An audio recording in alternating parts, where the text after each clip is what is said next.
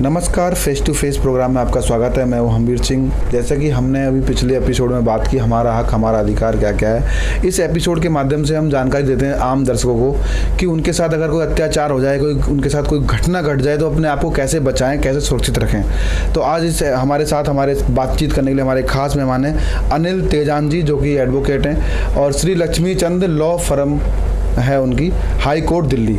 तो उनसे जानेंगे। सबसे पहले तो मैं जानना चाहूँगा सर, आपने अपने करियर की शुरुआत कैसे की? सर 2000 में हमने बीएससी किया था और तब सोचा था कि अब हम क्या करेंगे, क्योंकि आपको पता है कि नौकरी मिलना आसान होता नहीं है। जी सर। तो हमने सोचा कि हम LLB करते हैं कि जितना मेहनत करेंगे उतना हम कमाएंगे। जी सर। तो फिर हमने LLB में एडमिशन लिया और LLB हमने सहारनपुर JV जैन कॉलेज से की थी।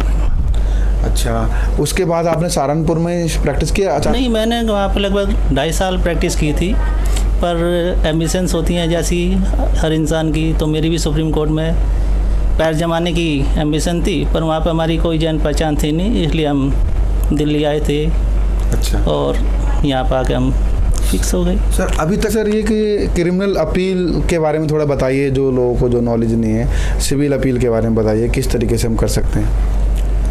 जिस कोर्ट में आपका केस चल रहा है, यदि वहाँ से आपके फेवर में केस होता है पर आपके मन मुताबिक नहीं है, तो भी आप उसकी अपील अपर कोर्ट में कर सकते हैं। और यदि आपके खिलाफ़ केस चल रहा है और आप हार गए, तो भी आप अपर कोर्ट में अपील कर सकते हैं। जी जी। दोनों ही अपील का एक ही प्रोसेस होता है कि अपील हमेशा अपर कोर्ट में ही होती है। महिलाओं की सुरक्षा को देखते हुए एक बहुत सख्त कानून बनाया गया है अभी।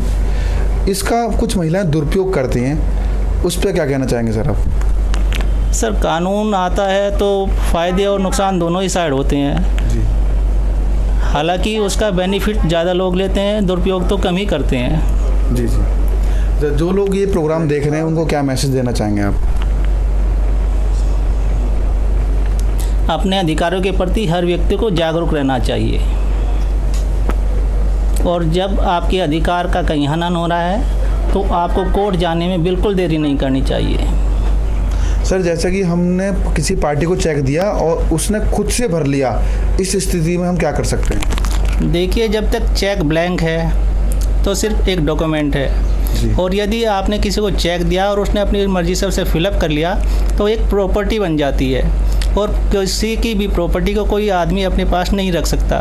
तो सबसे पहले आप उसे एक चेक दीजिए और नोटिस दीजिए और उससे अपना चेक वापस मांगिए। यदि वो नहीं देता और उसे फिलअप करके बैंक में लगा देता है तो उसके खिलाफ़ 406 का मुकदमा दर्ज कराया जा सकता है। जी जी।